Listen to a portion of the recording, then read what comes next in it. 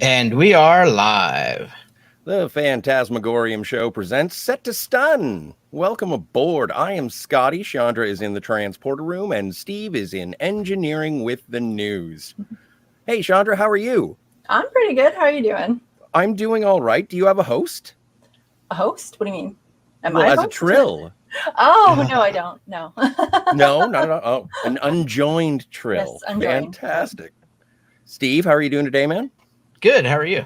I'm doing okay. I'm blasphemous. I have a zipper on my pseudo Starfleet uniform. Pardon me. Heavens, I'm all over the place. Right.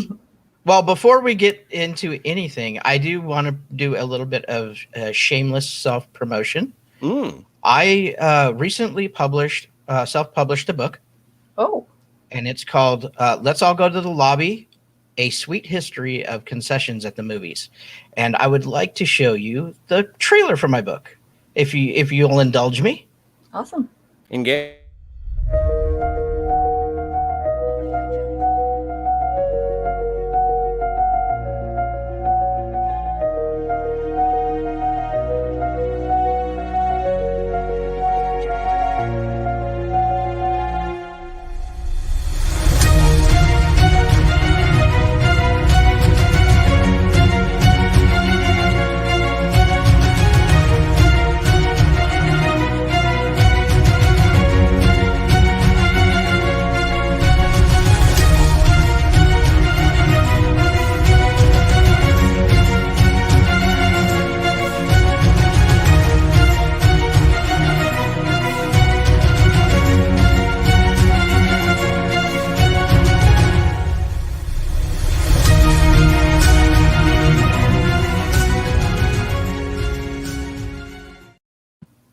That's awesome. All right.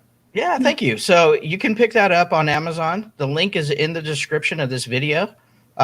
There's a Kindle version, paperback, and I think by this time next week, we should have the audio version if you're an Audible person. So awesome. Thank you for letting me promote that. I do. This is my first self-published book, so I'm trying to learn all of the marketing tricks and have to do everything on my own. So it's fun. It's a really cool book. Thanks. I've read it. It is. Oh, I'm looking forward to it. Awesome. All right, Steve, shall we get the news going? Let's get to the news. Gene Roddenberry biopic in the works. Yeah, on the centennial of Gene Roddenberry's birth comes word of a film project based on the great bird's life, the great bird of the galaxy himself. Deadline Hollywood first reported, and it was later confirmed by Variety, that a biopic about Star Trek creator Gene Roddenberry is in development at Roddenberry Entertainment. A script has been written by Emmy winner Adam Mazer, best known for HBO's You Don't Know Jack. I hope it's not like the video game. I don't know what You Don't Know Jack is. The project is being produced by the team that includes Gene's son, Rod, and his producing partner, Trevor Roth. Rod and Trevor also share executive producer credit on the current Paramount Plus Star Trek Universe projects, starting with Star Trek Discovery. In a statement, the pair said, Gene led a remarkable life. He was an incredibly complex, compelling man whose work changed the face of television and whose ideas changed the world. It's time to share Gene's story with audiences everywhere. Roddenberry's life certainly has the makings of a good movie. He was a decorated World War II veteran who flew missions in the South Pacific. He became a commercial airline pilot who survived 2 plane crashes, and as a member of the LAPD. He eventually moved into screenwriting, working on shows like Have Gun Will Travel, Dr. Kildare, and The Virginian, and many others during the heyday of broadcast television. He eventually moved into producing, and in 1966, Star Trek premiered on NBC, eventually becoming one of the most famous television shows in history and turning Roddenberry into a larger-than-life figure.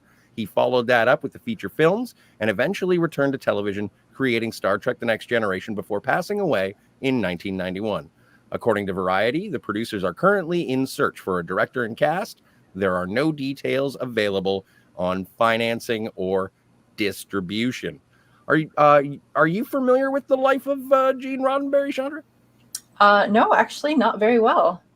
It is a compelling story. I mean, even that already before. sounds very compelling. Mm-hmm. And it is one of the inspirations for how he created Star Trek was his training during World War II and then becoming a commercial pilot. During those two plane crashes, he did save many people. Wow. And found that the organization and discipline that he found in his military career led him to understand how to identify problems and sort of get the passengers of the plane crashes during his commercial tenure, the two crashes that he was involved in, help them to safety. And it was, okay, this is the way that trained, disciplined individuals would take care of a problem, even when faced with the hardest of adversaries. Yes. Adversity.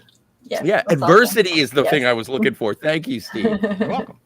But yeah, no, I I'm would here. be interested. It would be really interesting to see that would be really- life yeah. story, even without the Star Trek part in it. Mhm. Sure. Yeah. So, So- are we fan casting for the Roddenberry role? Ooh, that's a good question. Who would I have play Gene Roddenberry? I don't know. You know what? For some reason, the first thing that popped into my head Uh-huh. was Will Arnett. Oh, really? I don't know why. You know who popped into my head? It was Paul Giamatti. Paul Giamatti. Uh-huh. Okay. Maybe if you went later career. Yeah.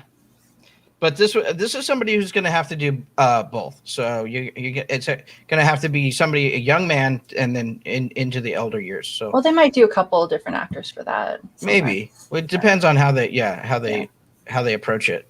I don't know. I don't know why Paul Giamatti popped right in my Cast head. me as his wife. I'm a great computer voice. And Majel Barrett. Mhm. No, that'd be, yeah. That's interesting. In terms of the casting of the entire, would you bring back Chris Pine to play a young William Shatner? Oh, I mean, that would be cool if you could get him. Yeah. yeah. If you could get him, why not? Well, it kind of reminds me of the Adventures in Time and Space when they did the television movie of the early days of Doctor Who. It would be interesting to see that sort of balance in a Star Trek thing. Just talking about if they transitioned into the production of Star Trek in 1960s, who's going to play Lucille Ball? Sorry, they would have to touch on it. Of course. I'm sure it's part of the reason that most people got in the seats in the first place to watch a movie about Gene Roddenberry. But who would play Lucille Ball? She was instrumental. Right. I don't know. I guess the question is, who would you cast? Comment in the comment section below. Yes. Let us know your thoughts. Absolutely. Next up is another Star Trek Voyager star reveals Star Trek Prodigy appearance. Well, during a Star Trek Voyager panel last Sunday, not this Sunday past, but the Sunday before at the 55-year Mission Star Trek convention, one of the cast members revealed a reunion that is happening with Kate Mulgrew on her new animated Star Trek show. Beltran is back. Nice. Robert Beltran, Voyager's Chakotay, as if I needed to tell you that, told the Las Vegas crowd of Trek fans that he is returning to the Star Trek franchise 2 decades after Voyager wrapped, prefacing that he was about to say with "I don't know if I'm supposed to say this or not yet." The actor said, "I'm working on this voiceover animation thing that Kate Mulgrew is doing, Star Trek Prodigy." Beltran didn't reveal if he would be reprising the role of Chakotay, but appearing as Janeway's loyal first officer seems to be a good bet. The series is set in the Delta Quadrant on an abandoned experimental Starfleet ship commandeered by alien teens. So if Beltran is reprising his Voyager role, it would likely be via hologram. Of course, Mulgrew herself is voicing the emergency training hologram on the USS Protostar. Prodigy was given a 2-season order by Paramount Plus, and the first season arrives this fall, so Beltran could appear in either season. This revelation is the first known legacy actor joining Mulgrew on Prodigy. Nice. I'm excited. What's the It target doesn't age? for sound Prodigy? like it. Like, what's the Uh, target age? Do you know? It's apparently going to be airing on Nickelodeon, so it's supposed to be for younger audiences. Okay. But Sure. I wouldn't, as Shondra and I are both Canadians, I wouldn't worry about it too much. It'll probably end up showing up on CTV Sci-Fi at some point. Oh, yeah. They will show it. Mhm. Your Federation station, as it were. It's funny that they say Beltran didn't reveal if he would be reprising the role of Chakotay. But I mean, really, would you bring him back to voice some other character? That's silly. I mean, Right? they brought That Tim just Russ doesn't make back from sense. a random character on Next Gen to be Tuvok. Yeah, but so- but going from random to Ah. like a season regular, I get. Going from a season regular that everybody knows Chakotay's voice to now voicing some other, I don't know. I would have to assume it's going to be Chakotay. Yeah. I can't remember the name of the other actor I'm thinking of who came back onto Enterprise as a different character. It's a completely different alien. See, my mind is just sort of leaning back on the Orville, and I'm just thinking of Tim Russ and Robert Picardo, and just like however many. There's so many actors that were character actors on all the different shows. Yes. Which is great. But I would have to say that if Beltran's back, it's because he's going to play Chakotay, which is awesome because I thought he was great in that role. Well, and not to skip ahead, but next week we get a little Tom Paris action going on Lower Decks. So who knows? Maybe the renaissance of Voyager is happening, and people are starting to appreciate it more than they did, or it's finding a new audience now. And so if they do bring back Chakotay, I'm all for it. From what I understand, Robert Beltran was not necessarily the biggest fan of that character as seasons progressed on Voyager, just based on the Native American advisor that they had, who was found to just be making stuff up. Great. Yeah. So, they try. They don't always succeed. But I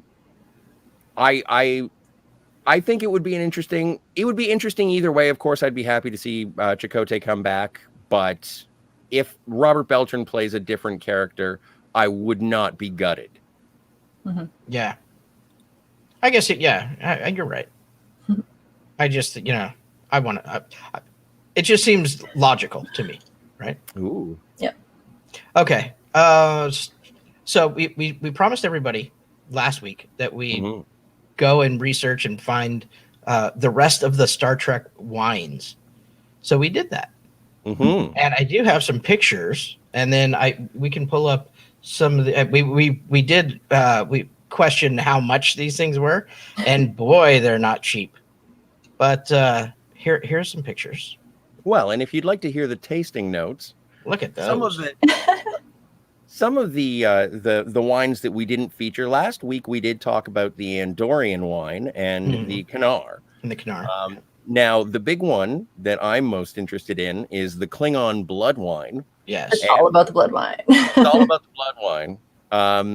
The Klingon blood wine. For our new Klingon blood wine, we utilize the same ancient methods as the great Klingon vintners and the talents of 2020 wine enthusiasts 40 under 40 tastemaker Andrew Nelson as winemaker.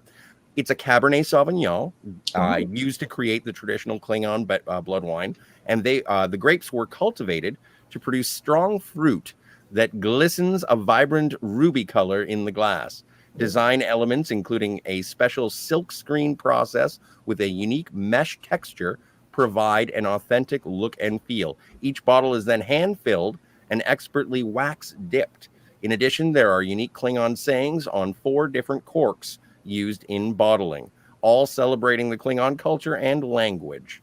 Oh my God, there's Klingon on here? I don't know. I can't. You know what? I do recognize it says Kapla. Then there is also the United Federation of Planets Sauvignon Blanc, which I think is relatively self-explanatory. And then the Chateau Picard. The true backstory of Chateau Picard wine is that for several generations in Bordeaux, France, the original Chateau Picard winery has been producing world-class, highly regarded and sought-after Cru Bourgeois Bordeaux. Yes. Working with Chateau Picard's winemakers in France, Star Trek Wines crafted this limited edition release featuring the Jean-Luc Picard family label shown in the new series, Star Trek Picard, with the wine from the multi-generational vineyard in Bordeaux. The 2017 Chateau Picard Cru Bourgeois Bordeaux is from an estate in the heart of the world-renowned Saint-Estèphe region in France. It is an 85% Cabernet Sauvignon with 15% Merlot blend that is subtly smoky and spicy with a bright, fresh, clean-tasting style. The wine spends 14 months in oak, 70% seasoned, and 30% new. Then there's the United Federation of Planets Special Reserve Old Vine Zinfandel, which is a dry creek and Russian River Valley in Sonoma, California, is where it hails from. It is a blend of 87% Zinfandel, 12% Petite Syrah, and 1% Syrah. There's two, wine. I was a horrible sommelier. It has aromatic. Good. Okay. Which one? The YRAH or the IRAH? What's the difference between the Petit Syrah? Yeah, K Syrah. Agreed. It has aromatics of concentrated strawberry, blackberry, and plum, and with a chewy layered mid palate, filled with hints of white peppercorn, sweet red, and black fruit. Now, in terms of the pricing, well, the full Armada 6-pack that also does include the Andorian and the Canar is $299 American. Yes, only available in the United States. They don't ship internationally, so we'll have to figure something out. That's bad. But that is, I want the Canar and I want the blood wine. I would also like a bottle of Chateau Picard just to put on a shelf somewhere. Me too. So they do have this pack, which is the Canar and the blood wine. That's 110. That is a Deep Space Nine double bottle. I like it. Yeah, that's a good one. Mm-hmm. I would like some Chateau Picard, and I would like to have the prop. Yeah, the prop box is nice. The box to put them all in. Mm-hmm. Oh, I'd actually like to drink the blood wine though. Yes. I don't want to just buy it to to look pretty. Yeah, so that's how they get you. You got to buy two. Mm-hmm. Oh, for sure. Buy one for the mantle and one for my belly. But all of these look good. Like the Canar, the Canar really sounded good when we were talking about it last week. But also the Andorian Blue Chardonnay. I mean, I'm not much for lighter wines, but I'd love to try all of these. Anyways, no, I'm very cool. I'm sorry, I'm getting caught up by the images myself and being like, yes, no, I would certainly like to forget an evening after a couple of bottles of that. They're very expensive wine. They better be good wines for that kind of price, Well, it sounds like they got some really good people involved in order to make it taste really good. Mm-hmm. Anyways, okay, so that'll do it for me, guys. I'm gonna go hop over to the chat, and I will be back when you guys are done. Have a good show, and we'll see you soon. Okay. See you, Steve. So, Shondra, you had a chance to check out a couple of episodes, 3 episodes of Picard? Yes, 3. Only 3, sadly, but I was on vacation, so I needed a little time to myself. But yeah, I saw Picard, and you know what? I have to say this. It only made me like him more. Really? So you said that Picard is lower on your list because of the whole aging thing. But honestly, I find okay, it sucked at the beginning watching him because he seemed like I've given up, or I've settled into retirement. Not like he gave up on everything, but I'm just going to do my little winery thing and like, we're good. But then these conflicts happened for him. I don't want to get too many spoilers, whatever. Everyone probably saw more than I have. But so he just, it's like his spark came back and it gave me more hope. It wasn't about like decrepit aging and the sadness of getting old. It was like, no matter how old you are, you can get that spark and that fire back. And he showed that he's still like really strong and he has these morals and this foundation. And it's really cool because it actually brought me back to Insurrection a little bit. So, and I know we're going to like talk about the different movies. So I'm just going to touch on this a little bit, but like in Insurrection, they had that whole everlasting youth, right, on the planet. And he was really tempted by staying young forever there. And he ended up like fighting against Starfleet for doing stupid shit. Like, we're just going to move 600 people. How many does it take before it's a problem, right?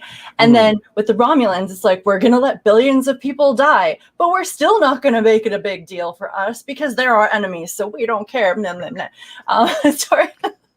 I shouldn't do that. No, you're fine. You're fine. I'm trying to keep it PG here. I'm sorry.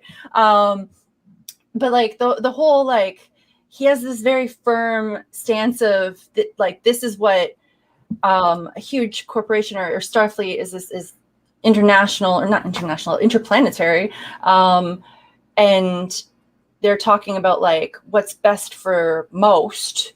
It's like, let's move the people off the planet, or let's let the Romulans die because more planets want them to die, and more planets want this everlasting youth that we could possibly obtain, blah, blah, blah. But he's like, well, you don't care about the people that it is effing over.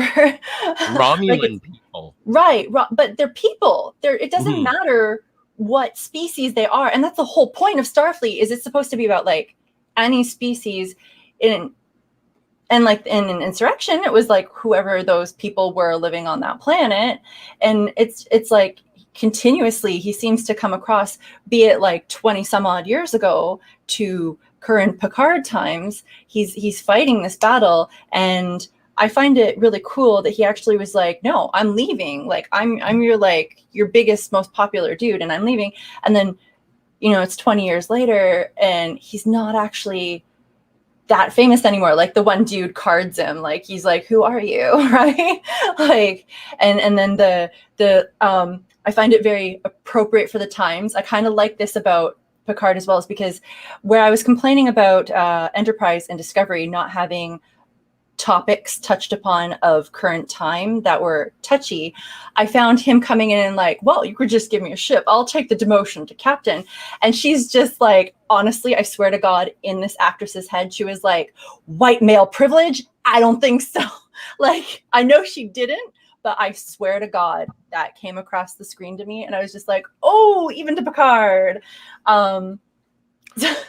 Well, maybe that was part of the reason why I sort of bristled against Picard so much, is because I still wanted the characters in universe to have the same reverence for Picard and not treat him as a bygone sort of stick in the mud, chappy old ass. And that's where a little of my like bristling against it happened. And I don't know, you're 3 episodes in, and with the same anticipation that I had in the first 3 episodes, like, I really enjoy his Romulan groundskeepers, like his I don't want to say caregivers, because I don't think he needed a caregiver. But it was interesting to see David Paymer show up as his current doctor, and I was like, hey, I wonder if that guy's going to show up again, and you'll find out. I don't have to deal with spoilers, because I think that you're the only one that I'm spoiling. Yes, totally. All right. Totally.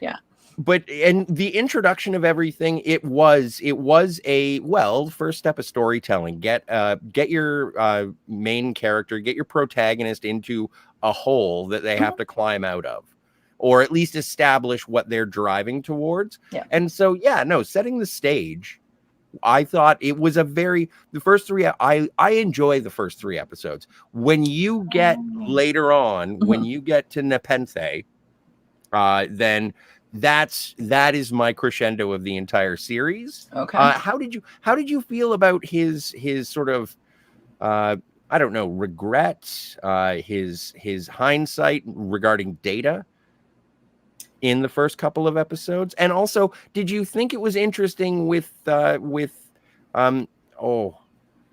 I forget which twin it is, but the android daughter of Data? Did Lol ever pop into your head? Oh, for sure. I thought that was her. Like, that was the okay. first thing. That was my first thought. It was like, oh, wait, what? Is his daughter is back? Like, what? Oh my God, this is so cool. I was so excited that it was going to tie back to that. Mm-hmm. And then it's like, no, it's a new person. And then now there's another new person. I'm like, wait. Okay. I'm actually slightly disappointed that it wasn't her. Well, and that, yeah. But Agreed. I mean, yeah, I guess he did always want a daughter. Yes. But I mean, like, yeah, that was one of my biggest disappointments, I'm going to say, so far. But I want to watch more, and we'll touch back on this after I watch some more. But so far, it's only making me like Picard as a character more. Okay. Yeah. Well, that's good. That's good. And it kind of reminds me, and sorry, when you said that you were a little disappointed, I remember reading the novelization to Star Trek Generations. Mm-hmm.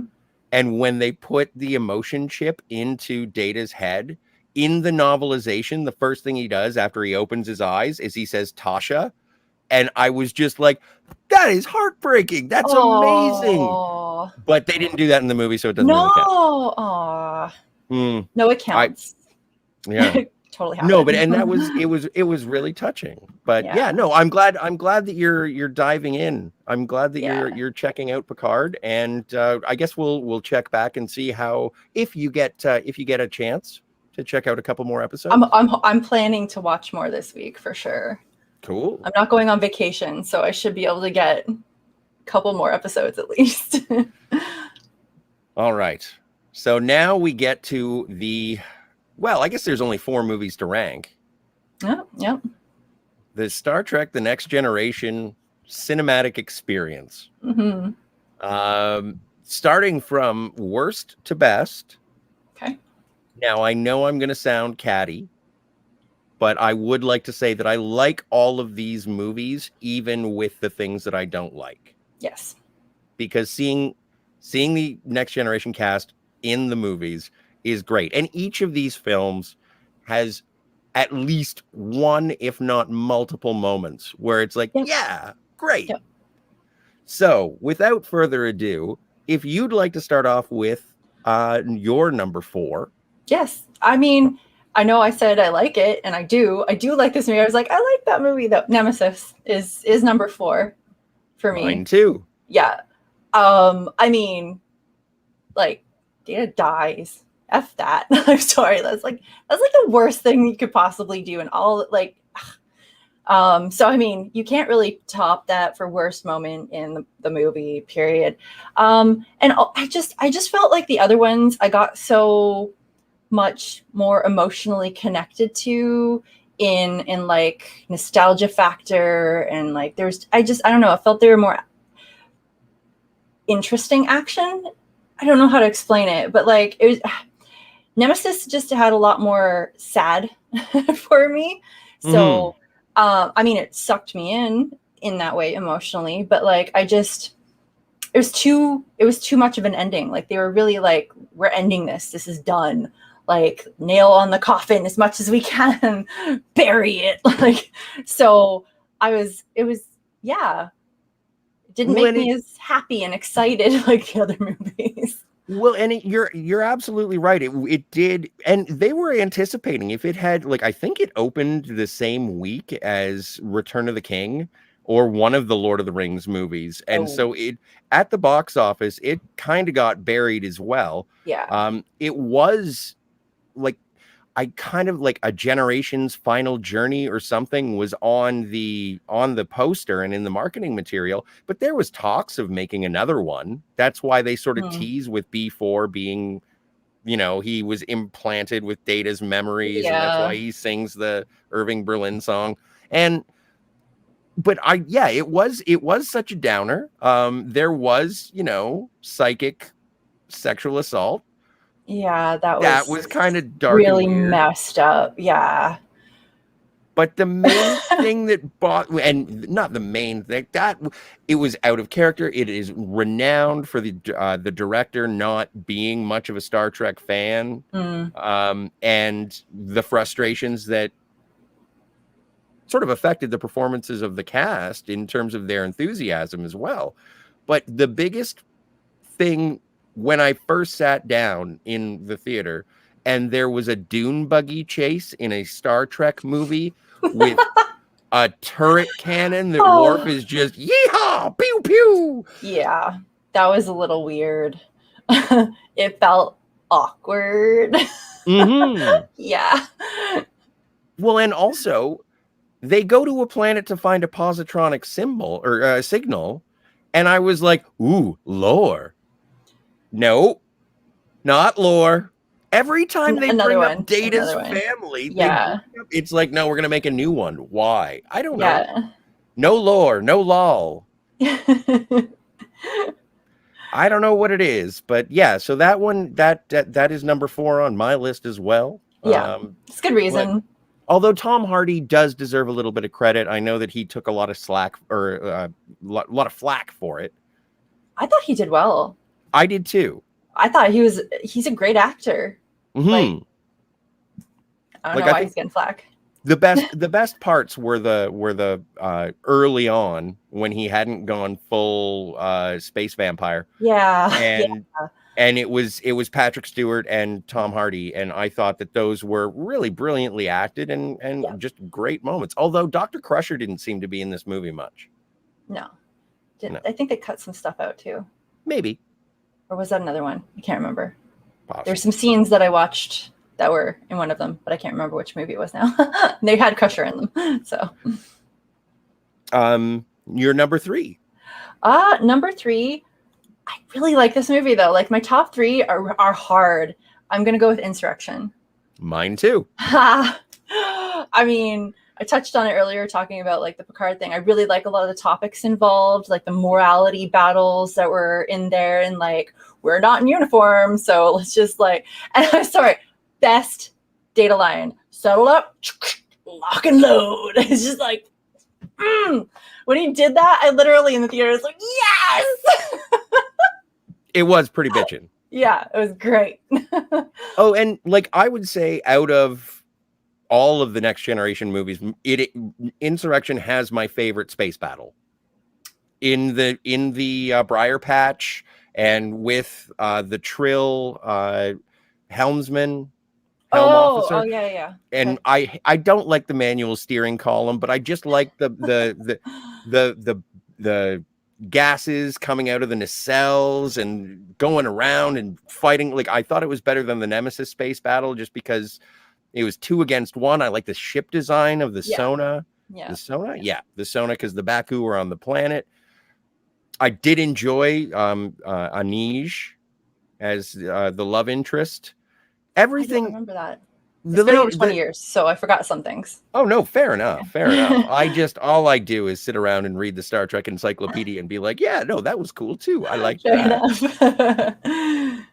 But yeah, I do like this movie. I'm more enthusiastic about it every time I watch it. Oh wait, Anij was the pretty lady that fell in love with Picard. And yes, okay, yes. Yeah. Now I know.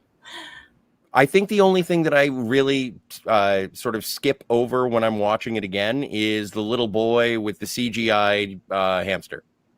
Yeah, that's weird. Well, it's not weird. It's just saccharine. Yeah, I don't like when movies that like throw in cutesy characters for no reason whatsoever. Well, yeah. Agreed. But damn, that kid was good at hacky sack. Yeah, I know. All the kids were. Wish I could be that kid. All right. So I think this is where we may differ. I don't know. What is your number 2? Generations. Okay. Tell me why. This is where we differ, isn't it?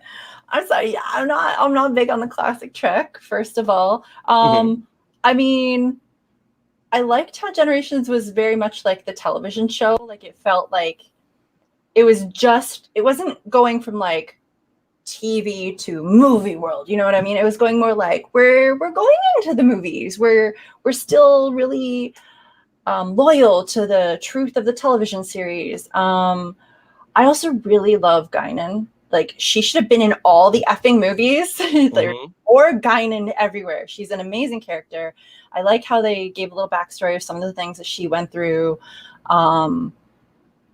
It wasn't easy, but I mean, I guess I don't have so much of a tie to the back story of the original Trek. Like, it's not emotionally as big for me, so it wasn't as big a deal for me. Fair enough. Yeah.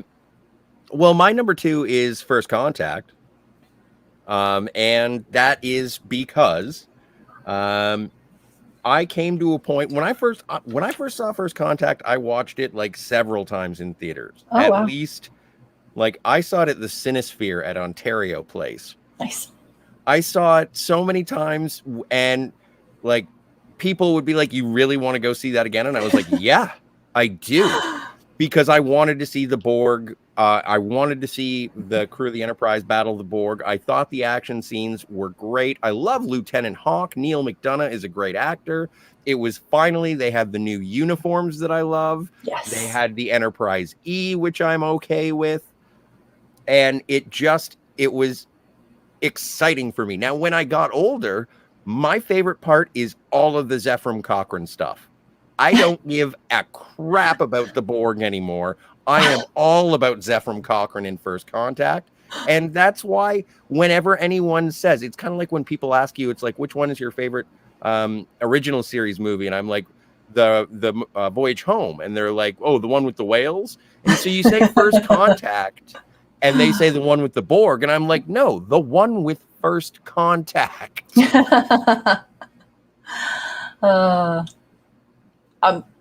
I mean, First Contact is my favorite, and it's because of the Borg. It's because, like, I didn't grow out of that. The like having to go see it in the theaters and being like, like drooling over everything that I was seeing. I haven't grown out of that at all. And the Borg Queen, I'm sorry, I love her. I want to be her. Like, she is just amazing, badass in every and I love Locutus. Like, so, like, he's so cool. And I don't know, and like what they did with Data, like, Data's probably my favorite character. And anytime they did really cool things with his story and his personality and stuff like that, I'm just like, yes, more of that. So probably why Nemesis is bottom is mainly because they killed him off. It's not cool. Well, and then I guess that is my number 1 is Generations, because I was so tied to the original series. Seeing the death of Kirk was something that I have made an ass of myself in front of my friends while watching and roll in tears. And I also, in terms of villains, I love Malcolm McDowell as Tolian Soren. Oh man, he's an amazing actor and a phenomenal villain. Absolutely agree with you there. In everything he's a villain in. Tank Girl's one of my favorite movies. I'm just saying. Tank Girl's awesome. Such a good movie. And he's like such a phenomenal villain there too. So, but I mean, it's. Yeah, I feel like First Contact, because it's more like the heart of the like Star Trek Next Generation awesomeness, you know, with the Borg and those conflicts. Whereas Generations is more the heart of touching on the classic Trek. So, which is not as important for me. But when I first saw Generations, because it was the first movie, and like it was it tied to me more emotionally than Insurrection or Nemesis. Well, and Generations, we have the D blowed up. Yep. A lot of people blame Troy. I blame Lursen Bator. And yeah, all in all, Steve popped in and then left. I guess he was in the turbo lift. It just. I was just gonna say, I blame Troy. I know. Oh, All right. Well, yeah, I don't think that there's anything wrong with either of our lists, but if anybody in the comments wants to correct us and tell us that Nemesis is the greatest thing since anything, please feel turbolifts free. or Yep. transporters or Before we move on, can I give you my list? yeah. Sure. Okay, so here's my list from worst to best: Nemesis, Generations, First Contact, Oh. and Insurrection. Really? Why Insurrection first though? You got to explain that one. Insurrection. It's funny. We just did a show about this. So TNG was what brought me into the Star Trek fandom. I had watched Star Trek, the original series, as a kid a ton of times, but TNG is the one that really hooked me and made me a fan. This not only did I liked the movie, it felt more like a elongated episode of the series and not something that was like trying to be a movie about the next generation.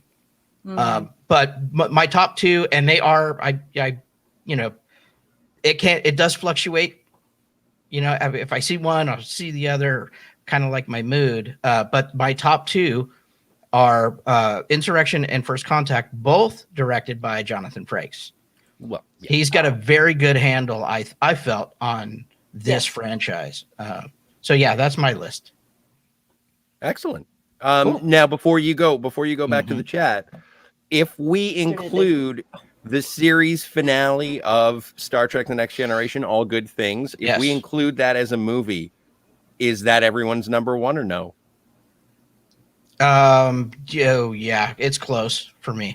I wouldn't say number one, but maybe second. Okay. Yeah, top three for sure. Yeah. Okay. Just curious. Yeah. And All Birthright would probably be my least. You don't like it when they go to Deep Space Nine? I'm not a big fan of I do. I just don't. I'm just out of all the two-parter episodes, that's not my favorite. All right. It's the one I rewatched the least. Well, Anyways, we'll have to run down our favorite two-part episodes at some point. It'll be interesting. Not next week. I need to rewatch a whole lot of stuff before. Yeah, no, not next week. Okay. All right. Well, then I guess, speaking of things that we watched this week, we have Star Trek Lower Decks Season 2, Episode 2, Kayshon, His Eyes Open. Well, the episode opens after a long shift for the Lower Deckers dealing with a wormhole. When are we finally going to cross the event horizon? On their way to the Sonic Showers, we meet Ensign Jet. Mariner has proclaimed herself to be the Lower Deckers leader, and it sets up a pissing contest between herself and Jet that will carry on through the episode. Most specifically, we finally get to see how Sonic Showers work. They go into the Sonic Showers and they are cranking them up to 11, and it drives the rest of the crew out of the Sonic Showers. And I was really excited to see how they worked. I was surprised to see that they had co-ed shower stations. I'm not very surprised by that. Really? I thought that they would. Well, I guess they have bunks. They're basically bunk beds in the middle of the corridor where they sleep. Yeah. So, yeah, okay. They don't get their own bathrooms like the upper officers. True. Fair enough. And so, yeah, they just blast the Sonic Showers until everyone runs away. Oh, my God. What did you think of Jet? He's pretty cocky. I mean, to start, but then you find out he's actually just the same as the rest of them. Yeah. Later, but yeah, they're clearly trying to assert dominance at the beginning. Mm-hmm. It's pretty funny. And the episode is made up of two sort of concurrent storylines. The crew of the Cerritos on our hero ship is helping Chairman Siggy of the Collectors Guild prepare Colonel Hodge or Colonel Haas. I forget. I didn't catch his name, and I didn't turn on the subtitles, so I apologize. Or the closed captioning. Chairman Siggy is preparing Colonel Hodge's personal collection for auction. Kayshon, the Temerian security chief who replaced Thrax, is going to lead the away team. Well, and for those of you not in the know, we are on episode 2 of season 2. Thrax died in the last episode of season 1. May the prophets have mercy on him. Yep. He was Bajorn. So the lower deckers and Kayshon beam over to the collector's ship, and there are many visual jangly keys that are references for Star Trek fans. You'd have to go like pause each frame because there's just so much stuff. How did you catch any? I've got a bit of a list. Oh, read the list. How many things did you get? I got the Salt Vampire, a trombone, the Katarian game, a Terran Empire flag, from the first episode, or from the pilot of the original series, the Valiant's Log Boy. Okay. Do you know whose Batleth it was that I saw a Batleth? There was a Batleth, and then there was one of those the half moon sword things that Kirk fought with. There was a Betazoid announcement box. There was obviously photon torpedo casings. There was a poker visor, one of Odo's buckets, one of the drug canisters. It's funny. I didn't realize it was Odo's bucket. I thought it was just a bucket. I was like, okay, random bucket. But no, that's good. That's Odo's bucket. Yeah. And then a crate of Chateau Picard. Oh yeah. And that did. Oh, and also the guy who Colonel Haas, same race as Kivas Fajo. Kivas Fajo, you'll remember from the Most Toys, because they reference it in the episode. It's like, isn't this the guy who tried to collect data? They're all trying to collect data. that was funny. So that was, and so it was just a cornucopia of references on screen. I was really enjoying it. Scotty, that was Sal Rubinek character? Yes. Yes, thank you very much. Cheers, buddy. I like how he can open the communications whenever he wants. So the Colonel Haas's security system is activated, and Kayshon is zapped by a beam that turns him into a hand puppet. Now, also, you remember Darmok. Who is it? Darmok and Jalad at Tanagra. Oh yes. So he's the same race as I knew that. I Dathon. just couldn't remember what the name of the person was. Oh no, it's cool.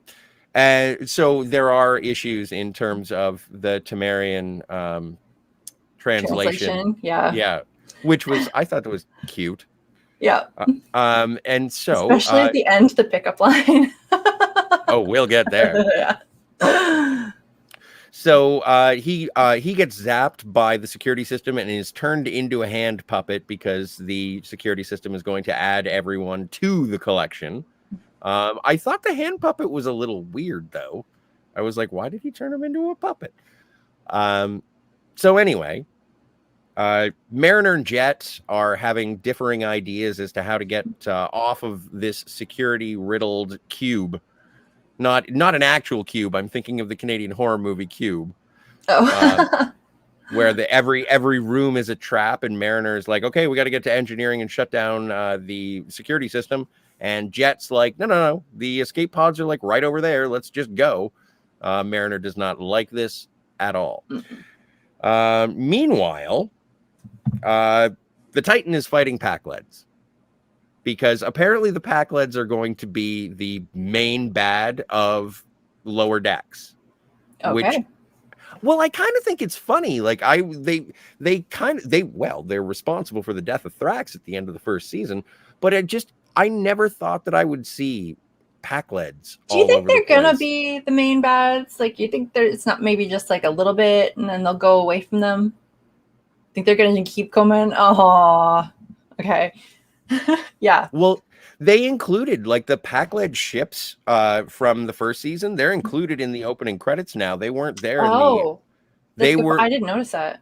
They weren't there fighting the Borg cube in season 1 opening credits, and now they're there. And so I think that the pack lads and we'll get there. And so anyway, the Titan is investigating because they apparently are stealing Veruvian ore or something. So Riker is sending an undercover away team to a mining planet where they are collecting their Veruvian ore. Meanwhile, back on the collector's ship, we are still dealing with Mariner's freewheeling, action-oriented nature versus Jet's more pragmatic Starfleet training. And Tendi and Rutherford are just sort of along for the ride, and they're being pulled in all the directions. We find out that, oh my stars, what's his name? Chairman Siggy is responsible for the security system being set off because of Kales's fornication helmet. Yes. Because safety first. Safety first, exactly. I love Tendi. I know, it's great. The little one-liners that she's so subtle about them too. Just like slip it right here. Nobody notices. So that is, and as they go, Mariner continues to be a little reactionary, ends up bumping into a space Roomba, which is going to suck them to death. That was great. Yeah. And they make a break for it to try and get away. Siggy is crushed by a giant skeleton, which I think is a reference to an animated series episode, but I'm not 100% sure because I don't know why the giant Starfleet officer would be dead. Thought it came from somewhere else. It's a possibility. I remember a giant skeleton somewhere, but I didn't see the animated series, so yeah, it's fine. So the pack lads, because they're dumb. Oh yeah. So anyway, meanwhile, back on the mining planet, the away team, and I didn't remember any of their names, of the away team's names from the Titan, but they're all slagging on the Enterprise D, and they all have string concertos, and it's just exploring. It's not action. It's nothing. So Boimler's sort of like, but I like the D. It was the flagship. They fought the Borg. They insurrected, which minor point of order. No, it was the Enterprise E that insurrected. But I'll let it pass because this is a cartoon. Anyway, so they go to the mining planet. They are lumped in with the rest of the miners. Everyone knows that they're Starfleet. Oh, yeah. The one miner even says to Boimler, "You have soft hands." And he's like, no. I'm a miner with a heart of gold, and I have daddy issues. So they break out and get discovered because there was some sort of booby trap involving snacks. And then they retreat into a cavern, at which point they are trying to figure out their way off the planet. There's been an ion cloud that has stopped transporters from happening. Anywho, back on the Cerritos. Is that where we are? Oh, right. No. Wait. So they get to, right. So after having a conversation and arguing about which way they should deal with their escape route, Mariner and Jet are just basically, again, chest bumping and trying to flex as to how amazing they are. And it's like, well, why don't we ask the rest of the away team? And they asked Tendi and Rutherford, and they're like, well, why didn't you guys come up with any plans before? And it was like, we weren't in charge. And didn't they like, they were fighting and then they realized neither one of them is actually qualified to be in charge. They're both kind of terrible. That's true. Yeah. Yes. And so they open it up to the group, and Tendi and Rutherford figure out that in the Excalibur exhibit on the collector's ship, which is a recreation from the Savage Curtain in the 3rd season of the original series. Excalibur bones, apparently, if you get them hot, they will be acidic and they will destroy things, or they will eat through metals. So they cut a hole in the side of the wall. They get to Jeffrey's tube into a couple of escape pods and back towards the Cerritos, at which point the best chuckle from me, actually the best one, there's a second best coming up, was what happened to Lieutenant Kayshon? And Tendi goes, Kayshon, when he was turned into a puppet. Oh. And it was exactly as you said. It was subtle. It was It was just a neat little throwaway punchline. Yep. So anyway, back over at the Titan away team, everyone starts talking about the away team starts talking about how they want to kick ass, and Boimler is saying, I joined Starfleet because I wanted to explore, I wanted to be like Riker, I wanted to go and act in plays and have string concertos and get love diseases and meet my transporter clone. And which point he is inspired to go and use the local transporter to get the rest of the crew out, which works. Hilarious screaming ensues from Boimler as he's being transported up. I enjoyed that. Yep. And then, as everyone is safe, the shuttle starts to head back, and it's Boimler. So we now have a Boimler transporter clone, and who saw that Riker coming? knows. Well, they kind of telegraphed it. Yeah, totally. But I thought that it was a really fun sort of, it was like, oh no, I have a transporter clone. Boo. What? I'm the transporter clone? Boo. That was my second favorite throwaway gag for the show. Yeah, that was cute. So I anyway, like how excited Riker got about it too. He's like, yes, I'm not the only one. yeah, exactly. I remember this. And so then there is a final meeting between the two Boimlers and Captain Riker. And apparently Starfleet has a thing about having transporter clones work on the same ship. So one of the Boimlers has to go back to the Cerritos and demoted to ensign for reasons. Absolutely none. None. Just basically no sense whatsoever.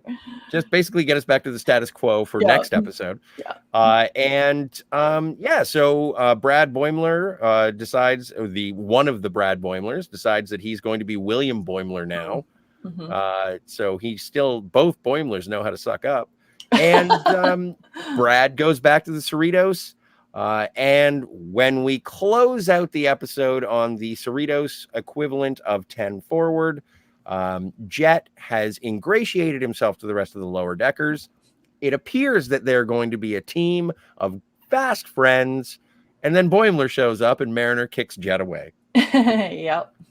And the thing, every time I watch these episodes, there is one thing that really makes people have an aversion to these sort of lighter, or the lighter nature of lower decks. I really enjoyed how Mariner asks how Boimler liked the Titan. And Boimler says, oh, it was complex characters and serialized battles resulting in twists that made me question the tenets of my basic reality. But I'd really love to hear about this puppet, Ray. It was absolutely, he summed up exactly. It's like every time I try and get too serious about this particular Star Trek show, there's one little drop that they do in it, and it's like, relax, buddy. Yeah. It's a cartoon Star Trek show. The puppet, Ray. At which point we get your favorite part with Kayshon. And Kayshon, do you remember the pickup line? I don't. I just remember laughing so hard at it, and I had to rewind it like 2 times. Because he says, are you tired because you've been running the race of some such thing in Temerian around my head all night? And she sort of rolls her eyes and leaves, at which point we warp off to next week. Yep. So, how did you like it? I loved it, but you missed a part that I actually really liked. Please. The captain, she was too involved. Like, she's too on top of everything. And everything that happened to her daughter would not have happened if she had actually continued to be too involved and overprotective and like checking in.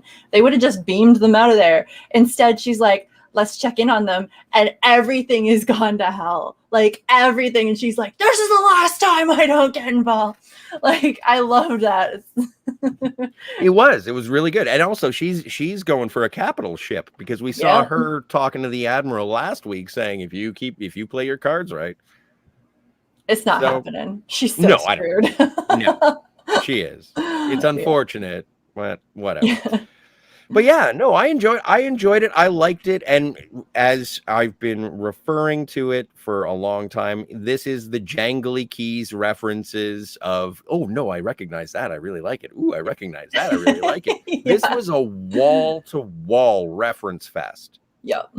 And I dug it. I thought it was great just to see those little things and then be like, what is that? And so then I'm just Googling and checking to see, oh, right, I remember what that, okay, great. I kind of hope that Kayshon doesn't stay, and there's going to be one of those little tiny things that they throw in there where it's a new security officer every time because they get killed or messed up so badly they can't stay security officers. That would be cool. We'll see next episode if I'm right, but I'm just like, I kind of hope that's what they're going with this. Well, and I think one of the benefits of this show is that they actually have been maintaining the characters as well. Like they've been building these characters. And so if that does happen, it would be great. I would love to see a new security chief every episode, or however, whenever they switch their arcs. Maybe even if we get a new security chief every season, I'd be happy. Or they're just going to stick with the whole kill them off after the first season idea, like Next Gen. Like Tasha Yar, yeah. I we'll would see. be fine with it. Yeah. We will see. I am looking forward to next week. Yeah. Oh, I wonder what Steve is up to in engineering. Hey, holding it together, bud? That was a great conversation. Yeah. Cool. So are we ready to go to the chat? Yeah. Before we do that, let me grab this real quick.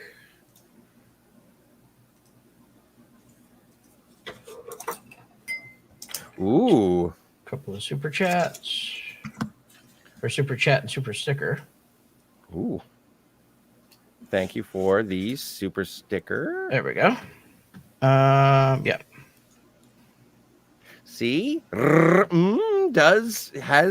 She's got my back a little bit. Generations will always be my favorite. Excellent. Super sticker. And then, she did come with the super chat. Generation, I'll be okay.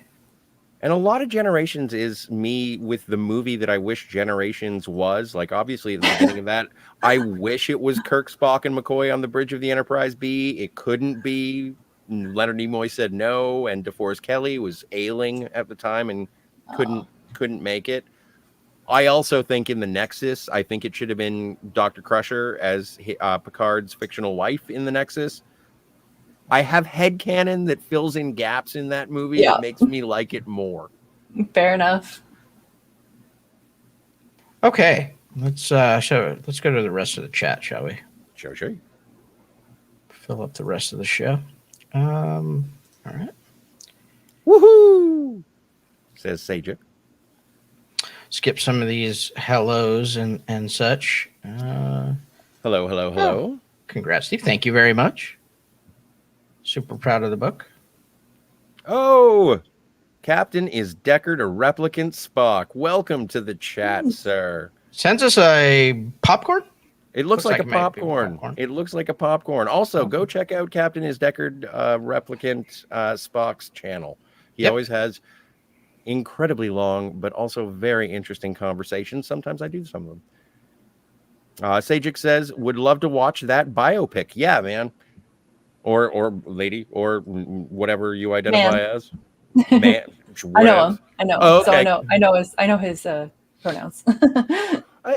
Ray Winstone as Gene Roddenberry. That'd actually be pretty good.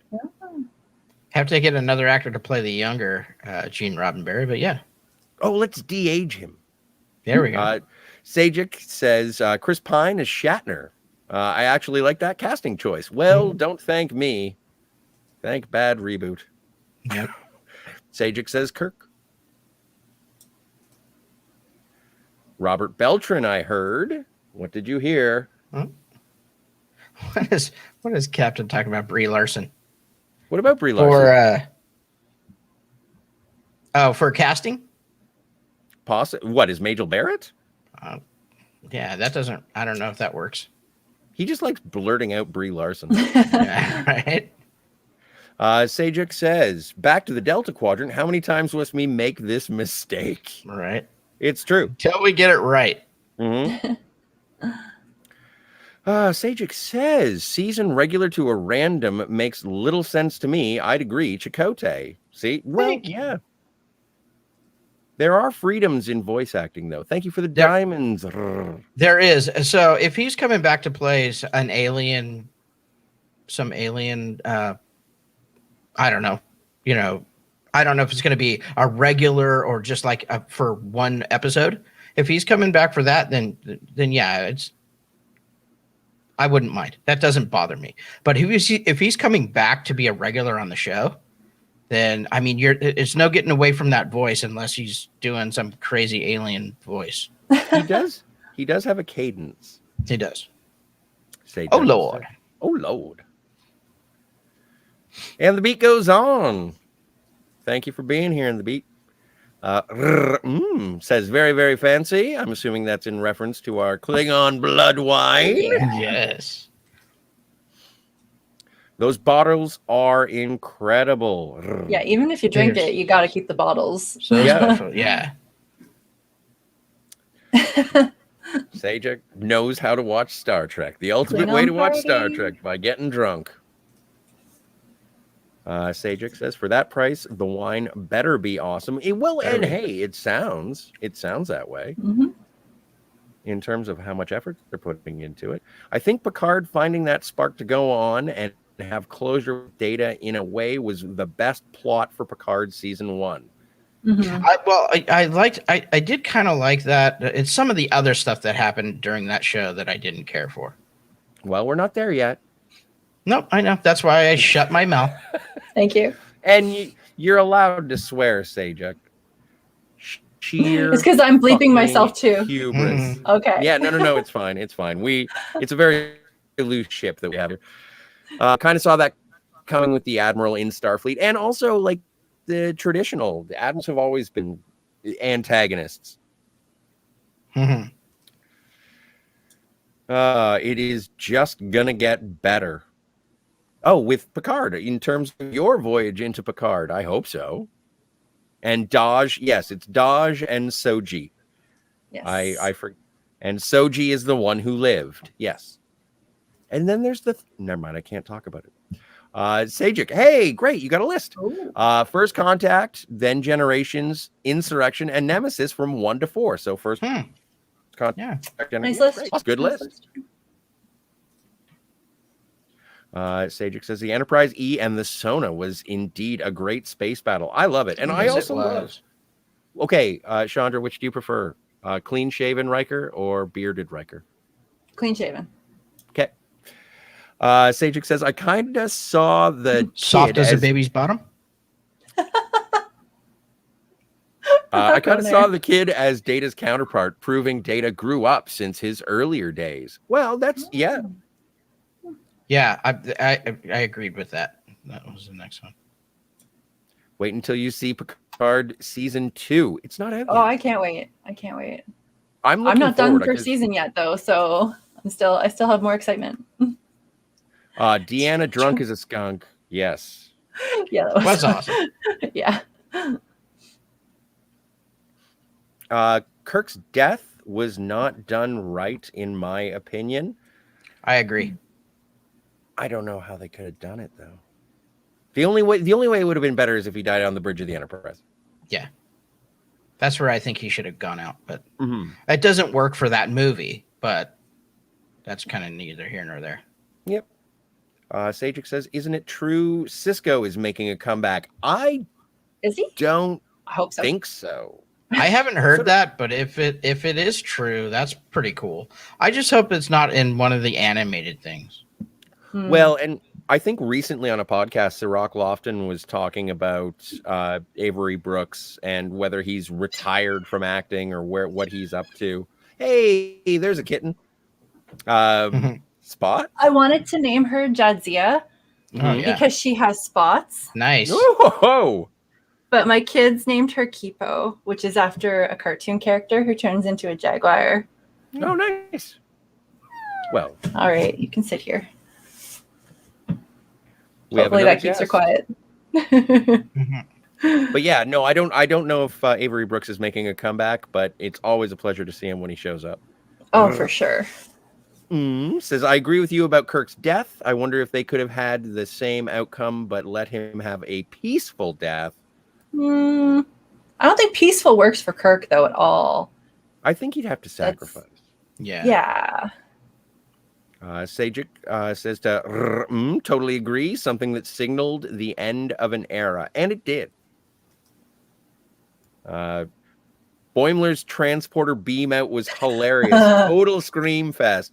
Yes, I really, really enjoyed that. It was even in the commercials, and it made me chuckle. Sajik says, I missed most of these Easter eggs. Yeah, you probably have parts of your brain that you're using for useful things. Like there was a Masaka's mask in there. There was Khan's necklace. Like there were so many things, and I was rewinding, pausing. It was crazy. And yes, Steve Sajik was thinking of Saul Rubinek as well. Kivas Fanju. Children of Darmok and Jalad at Tanagra. Shaka. Darmok and Jalad on the ocean. Sorry. No, it's fine. You're in the transporter room. Beeping is allowed. Sajik, good gods, the helmet. Yes. And then the clone gave himself the name William. Exactly. Yeah. In terms of sucking up, he knows how to do it. Total brown nosing. Yep.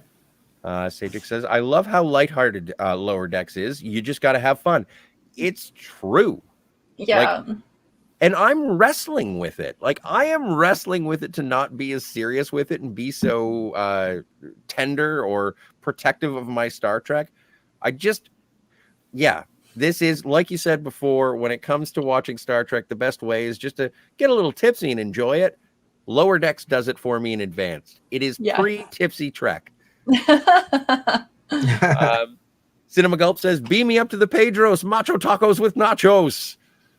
Well, you're from California. Isn't Cerritos a town in California? Cerritos? Cerritos. Yes. Yep. Yeah. Not too far from me, actually. So, yes, we will. Muchos nachos and moving on. Sejuk says they'll probably make a Tribble their security officer ultimately. Oh, that'd be funny. That's an entire security staff right there. Yeah. And I think this is our last one from Cinema Gulp. Cinema Gulp with the perennial, the evergreen. Kirk did die on a bridge, so that's something. Yes. That is something. Oh, goodness. My cat really wants to be involved in this. She's trying to climb on everything. She's brand new from yesterday. Like, I only just got her. Well, she won't do this, hopefully. You got to get a small blue smock, and then the cat can play the doctor from Lower Decks. Oh my God, that's genius! You want to be on the show? Huh? You want to be on the show? Okay, so that's it for the chat. Do we want to give a small tease about next week's episode, Scotty? Well, I haven't seen it yet, but it is going to be Tom Paris. We'll always have Tom Paris. And our show, not that show. Oh, our show. I think next week we are going to be, we got to rank something. Yep. Do you want to rank the villains next week, Shondra? Yes. All right. Villains? Okay. Yeah. Villains across all of Trek. Awesome. That sounds like a plan. Also, next week, as you mentioned, Steve, we'll be on once again at 6:30 Pacific, 9:30 Eastern. And check out the Lower Decks companion shows that should be showing up somewhere else, right, Steve? The Lower Decks companion. Oh, I don't know what that is. The Set to Stun companion shows. Yes, we're on the Burnett work. Scotty and I did do some small 30-minute episodes of Set to Stun for the Burnett work exclusively. So keep a lookout for that. I don't know when they'll drop, but they should drop sometime this week, I believe. So that should be cool. Shondra, would you like to tell everybody what you're doing on the internet? Oh, yes, I do streaming. I do Tuesdays, Wednesdays, Thursdays from 10 a.m. to 1 p.m. Mostly gaming. Really, I'm just chatting and goofing around with people. That's honestly. And then every other Saturday. So this Saturday coming up, I do at least 6 hours from 6 p.m. until midnight. Awesome. Yeah. And you can catch the Fantasmagorium show Monday through Friday at 1 p.m. Pacific, 4 p.m. Eastern. We also have a Bond-centric show called Martinis, Gadgets, and Guns that airs on Wednesday nights. And Thursday at noon Pacific, Cult Classic Movie Corner with Terje. And this week's guest is the director of the new documentary, Howard the Duck. And we'll be reviewing not only Howard the Duck, but talking with him about his documentary, Howard the Duck, about Howard the Duck. So it should be a very interesting. I'm surprised I got that out without completely messing that up. No, that was good, dude. That was great. All right. So. Oh, and I just got a reminder. My channel is Shondra Live. That's my name, live, on Twitch, Twitter, and Instagram. Awesome. Boom. All right, guys. Well, great show. I think we're going to end it. So for Shondra and Scotty R37, I am Steve Foley. Have a great day, everybody. Have a See you good guys. night.